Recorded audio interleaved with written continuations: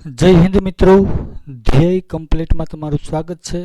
તો મિત્રો, આજે આપણે 13 માર્ચ 2026ના પરીક્ષામાં પૂછાઈ શકે તેવા 10 કરંટ અફેર્સના પ્રશ્નો જોવાના છીએ. તો ચાલો પ્રશ્નોની શરૂઆત કરીએ છીએ. પ્રશ્ન પહેલો છે, ઉત્તર પ્રદેશ સરકારે રાજ્યભરમાં હાઈ સ્પીડ બ્રોડબેન્ડ ઇન્ટરનેટની પહોંચ વધારવા માટે કયો પ્રોજેક્ટ લોન્ચ કર્યો છે? તો એ પ્રોજેક્ટનું નામ છે પ્રોજેક્ટ ગંગા. પ્રશ્ન બીજો જોઈએ, નવી દિલ્હીના ભારત મંડપમ ખાતે આહાર ઇન્ટરનેશનલ ફૂડ એન્ડ હોસ્પિટાલિટી ફેરની 40મી આવૃત્તિનું ઉદ્ઘાટન કોણે કર્યું છે? તો એ કરેલું છે પિયુષ ગોયલે.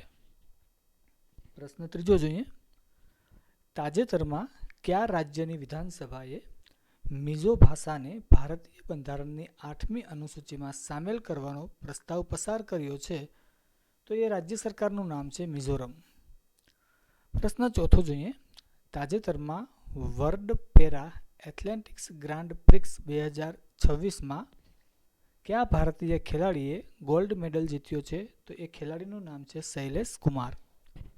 પ્રશ્ન પાંચમો જોઈએ, હાલમાં ફિનો પેમેન્ટ બેંકના વચગાળાના સીઈઓ તરીકે કોની નિમણૂક કરવામાં આવી છે?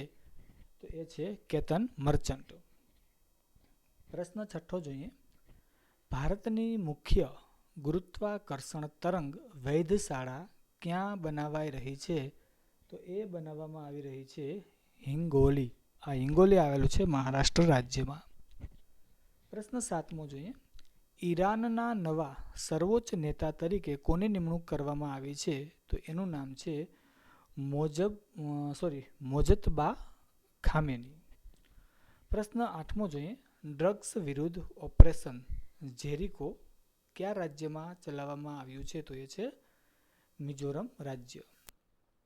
પ્રશ્ન નવમો જોઈએ, એર ઇન્ડિયાએ કઈ બાબતમાં વધારો કરવાની જાહેરાત કરી છે? તો એણે જાહેરાત કરેલી છે વધારો કરવાની ફ્યુઅલ સરચાર્જમાં. પ્રશ્ન દસમો જોઈએ, ગેરી કસ્ટર્નને કયા દેશની પુરુષ ક્રિકેટ ટીમના મુખ્ય કોચ તરીકે નિયુક્ત કરવામાં આવ્યા છે? તો એ દેશનું નામ છે શ્રીલંકા. તો મિત્રો, આવા ને આવા કરંટ અફેર્સના પ્રશ્નો જોવા માટે આપણી ચેનલને સબસ્ક્રાઇબ કરો, વિડીયો લાઇક કરો, શેર કરો અને કોમેન્ટ કરો. જય હિન્દ, થેન્ક યુ.